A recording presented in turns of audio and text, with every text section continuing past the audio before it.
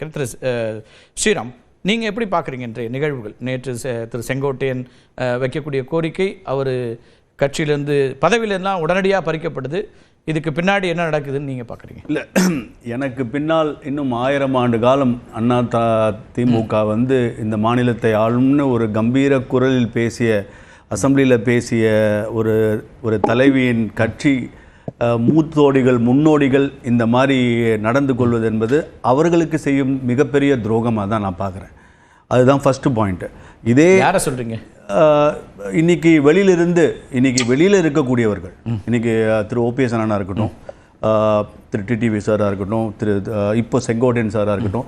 ஏன்னா இதே திரு செங்கோட்டையன் அண்ணா அவர்கள் 23 கிட்டத்தட்ட 98% தொண்டர்கள் எடப்பாடி அவர்களை ஏற்றுக்கொண்டு விட்டார்கள்னு பேசியிருக்காரு. ரெக்கார்டில் இருக்கு.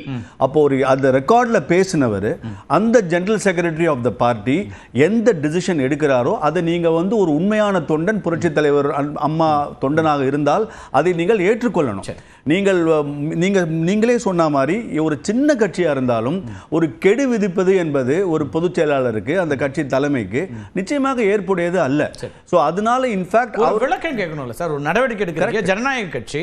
அப்ப அவருக்கு கூப்பிட்டு என்ன நீங்க இப்படி ஒரு பத்திரிகையாளர் சந்திப்பு நடத்திருக்கீங்க, இதுக்கு விளக்கம் கொடுங்கன்னு கேட்டுக்கணும். திரு எடப்பாடி அவர்களை சந்திக்க முடியாதா என்ன திரு செங்கோட்டையன் அவர்களால? இல்ல ஒரு தொலைபேசியில் அவரால் ஃபோன் பண்ணி பேச முடியாதா என்ன? இது ஏன் இப்போ வருது? ஏன் இவ்வளவு இல்ல முதல்ல இருந்து? இப்ப ஸ்டாண்டே பாருங்க, எல்லாரும் அம்மையார் சசிகலா எதிர்க்க ஒரு காலத்துல எதிர்வினை ஆட்டினாங்க, அவங்க வரக்கூடாதுன்றாங்க. இப்ப திருப்பி அவங்களுக்கு ஒரு நெருக்கடி வந்தா மட்டும் திரு எடப்பாடி அவர்களை வந்து டார்கெட் பண்றாங்க. இது வந்து கட்சி ஒழுங்குக்கான விஷயமே இல்ல. என்னங்க செங்கோட்டையனுக்கு என்ன நெருக்கடி வந்துச்சு? அவர் ஏன் அவரை போய் டார்கெட் பண்ணாரு? அவரை தான் கேட்கணும். ஏன்னா அவரை வந்து அமைச்சர் நெருக்கடி வந்துச்சு நீங்க சொல்றீங்க. நெருக்கடி வந்தது அவர் சொல்ற, நெருக்கடி வரல. அவர் கட்சிக்கான நெருக்கடின்னு அவர் பேசுறாரு. யாரு? செங்கோட்டையன். என்ன கட்சிக்கு என்ன நெருக்கடி வந்தது? ஒண்ணா சேர்ந்தா நம்ம வெற்றி பெற முடியும். கட்சி வந்து தோக்குங்க அப்படினா திமுகவும் உடைஞ்சது தானே. இன்னும் கூட அவர் என்ன சொல்றாரு? திமுக உடைஞ்ச கட்சி தானேங்க. ஏன்னா இப்ப அதிமுக இருக்கு, எங்க இருந்து வந்தது? திமுகல இருந்து வந்தது, உடைஞ்ச கட்சி தான். மதிமுக எங்க இருந்து வந்தது? திமுகல இருந்து உடைஞ்ச கட்சி. உடைஞ்சதிலேயே அதிகமா உடைஞ்ச திமுகன்னு சொன்னீங்க. அந்த உடைஞ்ச கட்சி அதிகமா ஜெயிச்ச கட்சி திமுக தான். இல்ல, அதிகமா ஆண்ட கட்சி அதிமுக. சோ தோல்வி என்பது வரும். நீங்க உடனே வரதுல வெற்றி பெற, நீங்க உங்க சொந்த தலைவரையே நீங்க வந்து 11 எலெக்ஷன் தோத்த எடப்பாடி நீங்க சொன்னீங்கன்னா உங்க கட்சி செங்கோட்டையன் என்றைக்கு பேசினார்? இப்ப அண்ணன் சுப்ரத் அவங்கலாம் இப்ப எதிர் அரசியல்ல பண்ண வேண்டிய நிர்பந்தத்துக்கு போயிட்டோம்ன்றாங்க. நாங்க அப்படி இல்ல. அவர் என்ன சொல்றாரு? காஞ்சிபுரத்துல செங்கோட்டையன் அவர்கள் ஏன் ஒத்துக்கிட்டாரா இல்லையா? ஒரு விஷயம் இல்ல, வர 23 ஈரோடு பை எலெக்ஷன்ல தொண்டர்கள் அனைவரும் எடப்பாடியை ஏற்றுக்கொண்டார்களா இல்லையான்னு அவர் பேசினாரா இல்லையா? அப்போ எந்த மனநிலையில அவர் பேசினாரு? இல்ல, ஒரு விஷயம் உங்களுக்கு ஞாபகத்துல, காஞ்சிபுரத்துல ஓபிஎஸ் ஆதரவாளர்கள் காலில் விழுந்து கூட கேட்குறோம், மன்னிப்பு கேட்குறோம்னு சொன்னாங்கன்றத நேத்திக்கு செங்கோட்டையன் திருப்பி நினைவு கூறாரு. அதுக்கு பிறகு நாங்க எந்த கண்டிஷனும் இல்லைன்னு சொன்ன பிறகு நீங்க ஏற்கலன்னா உங்களுக்கு நோக்கம் என்னன்னு ஒரு கேள்வி. ஒரே ஒரு நிமிடம் சகோதரா, 100% தொண்டர்களும் ஒரு தலைமையை ஏற்றார்கள், மாற்று கருத்தே இல்லை. 2017க்கு பிறகு கட்சியில் ஒரு பெரிய பிரச்சனை உருவாகுதில்ல. இந்த முதல் தர்ம யுத்தத்தை முடிவு கொண்டு வந்து எல்லோரும் இணைந்த உடனே திரு எடப்பாடி பழனிசாமி தலைமையிலான அந்த அண்ணா திராவிட முன்னேற்ற கழகத்துக்கு பயணிப்பது என்பதில் 100% தொண்டர்களும் உடன்பட்டார்கள். ஆனால் என்ன நடந்தது? கட்சியை கைப்பற்றுவதற்காக ஒருங்கிணைப்பாளரும் இணை ஒருங்கிணைப்பாளரும் கட்சியை நடத்துவோம், துணை முதலமைச்சரும் முதலமைச்சரும் ஆட்சியை நடத்துவோம் என்று சொல்லி தனக்கிருந்த அதிகார பலத்தை பயன்படுத்தி தன்னை மட்டுமே முன்னிலைப்படுத்தி கட்சி ஒரு பின்னடைவை சரிவை சந்தித்திருக்கிற நேரத்திலும் ஒருங்கிணைப்பாளர் மீண்டும் புறந்தள்ளி ஒரே ஒரு ராஜ்யசபா எம்பி கேட்டார். 2 ராஜ்யசபா எம்பியில் 2 பேருமே ஜெயக்குமார் சிவி சண்முகம் முடிவெடுத்துட்டீங்க. தென் மாவட்டத்தில் மிகப்பெரிய பின்னடைவு தோல்வி இருக்கிறது, அது ஒண்ணு கொடுங்கன்னு சொன்னதுக்காக இனிமேல் ஓபிஎஸ் அழுத்தம் கொடுத்து கையெழுத்து வாங்க முடியாதுன்னு முடிவெடுத்து ஒற்றை தலைமைன்னு போய் கட்சியின் முதன்மை பொறுப்பில் இருந்தவரை தூக்கி வெளியில போட்டு வேட்டி கூட கட்டக்கூடாது, கொடி கூட கட்டக்கூடாதுன்னா எதிர் நிலைப்பாட்டை எடுப்பாங்களா இல்லையா? சார் அவங்க என்னதான் எடுத்தாங்க சொல்லுங்க சார். செங்கோட்டையன் 98% சொல்றாரு, 100% ஆதரவு இருந்தது. தர்ம யுத்தம் இல்லங்க, அதுக்கு பிறகு கட்சியில் இணைந்த பிறகும் அவங்க கட்சி நலன்ல இருந்தாங்களா அல்லது மத்திய அரசினுடைய நலன்ல இருந்தாங்களாங்கிற விமர்சனங்கள்லாம் அவன் எதிர்கொண்டாங்கல்ல. கட்சிக்காக நான் தான் நிற்கிறேன்னு தானே அவர் சொன்னார் திரு எடப்பாடி பழனிசாமி. அப்ப அந்த சிக்கலை எதிர்கொண்டாங்க தானே. நம்ம பேசலாம், இன்னும் 2 பேருடைய முதல் கட்ட கருத்து கேட்கணும்.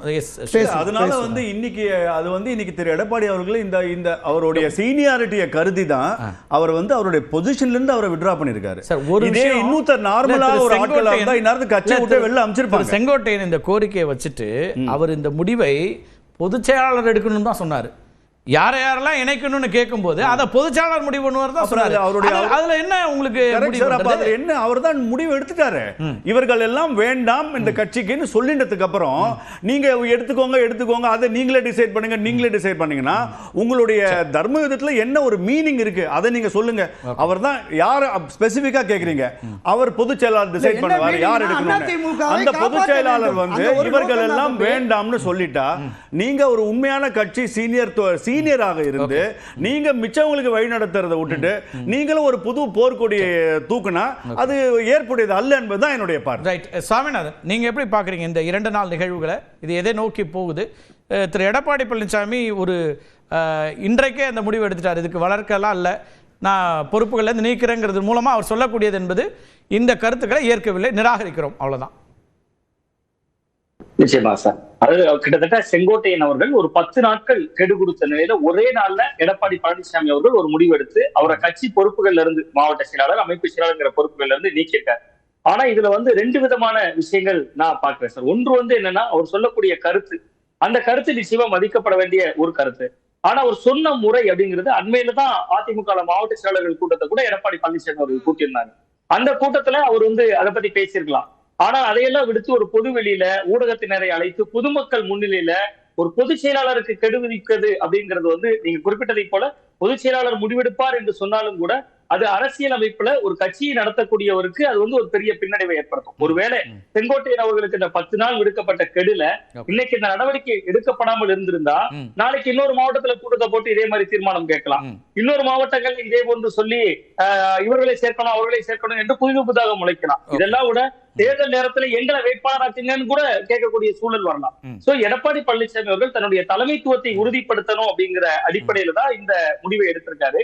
அதே நேரத்துல இன்னொரு செங்கோட்டையன் அவர்கள் ஒரு 6 முன்னாள் அமைச்சர்கள் நாங்க போய் சந்தித்தோம் அப்படின்னு சொல்றாரு.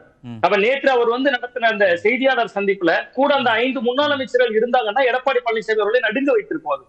ஆனால் அவர் வந்து பக்கத்துல வைத்திருக்கிறதெல்லாம் ஒரு சத்யபாமா என்கிற முன்னாள் எம்பி அவர்கள் இருந்தாலும் கூட மற்றவர்கள் எல்லாம் பாத்தீங்கன்னா ஒன்றிய செயலாளர்கள், நகர செயலாளர்கள். ஒரே திரு ஆர்கே டிராவல் இருக்காரு, ஒரு சில நேரங்களுக்கு இருக்க முடியும், அவற்றை பேசிட்டு உங்கள்கிட்ட நான் உடனே வந்துடுறேன். சாமிநாதன், மன்னிக்கணும். ஆர்கே, இந்த 2 நாள் நிகழ்வுகள் அப்படிங்கிறது எப்படி பார்க்குறீங்க? நேற்று ஒரு கெடு விதிக்கிறாரு திரு செங்கோட்டை, இன்னைக்கு பொறுப்புகள்லேருந்து அவரை நீக்கிட்டாரு. அப்போ இணைப்பு அப்படிங்கிற இடத்துக்கு நான் வர்றதுக்கான வாய்ப்பு இல்லைங்கிற ஒரு செய்தியை எல்லோருக்குமானதாக திரு எடப்பாடி பழனிசாமி கடத்துறாருன்னு பார்க்கணுமா? ஆமா, நிச்சயமாக அப்படித்தான் பார்க்க வேண்டியதா இருக்கிறது.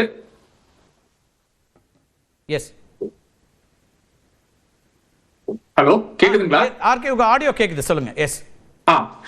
நிச்சயமாக அப்படித்தான் பார்க்க வேண்டியதா இருக்கிறது. அதாவது இப்ப இருக்கிற சூழ்நிலையில என்ன நடந்துருக்கு பாத்தீங்கன்னா, பாஜகக்குள்ளால குழப்பம், அதிமுகக்குள்ளால குழப்பம், என்டிஏக்குள்ளால குழப்பம், பாமகக்குள்ளால குழப்பம். இதுதான் அந்த கூட்டணியினுடைய ஒரு நிலைமையாக இன்னைக்கு பார்த்து கொண்டிருக்க வேண்டியதா இருக்கிறது. பாமகக்குள்ளால அந்த பிரச்சனைக்கு வந்து தீர்வு காணறதுக்காக எவ்வளவோ வந்து ஆடிட்டர் வரவரு போறவெல்லாம் ட்ரை பண்ணாங்க. இன்னும் அது முடிந்த பாடு கிடையாது. பெரியவர் வந்து நிச்சயமாக அவருடைய பிள்ளை தூக்கத்தான்